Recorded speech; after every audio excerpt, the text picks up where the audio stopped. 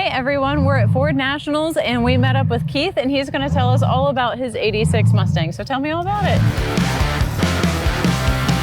So I purchased this car in September 2022. I actually drove past this car for 4 years. So I first started seeing it in 2017, driving back and forth to work, and all you could see from this car from the road was just the nose of the car sticking out of this barn.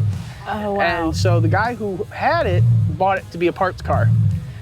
And he pulled it out of a cornfield where it was left to die. So the front of the car was nosedived in this cornfield. It was left to die.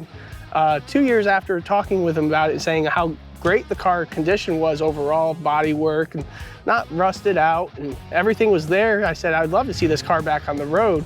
And I left some impression because he never seen me in my other car, which is a '68 Mustang Coupe, that at a gas station 2 years later.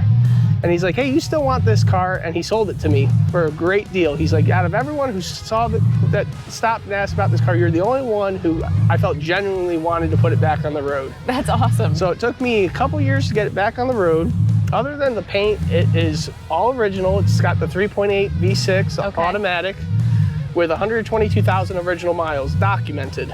Okay. So I was able to get the VIN history for it and find out that it was all original. Things that I've done to it since putting it back on the road, I had the top end of the motor rebuilt a little bit because it had some bent rods for inside the valves. I had coolant system's been completely overhauled. Okay. And the brake system's been 100% overhauled because I had to be able to stop and had to keep the motor cool. And cars sitting usually have brake issues. Yep.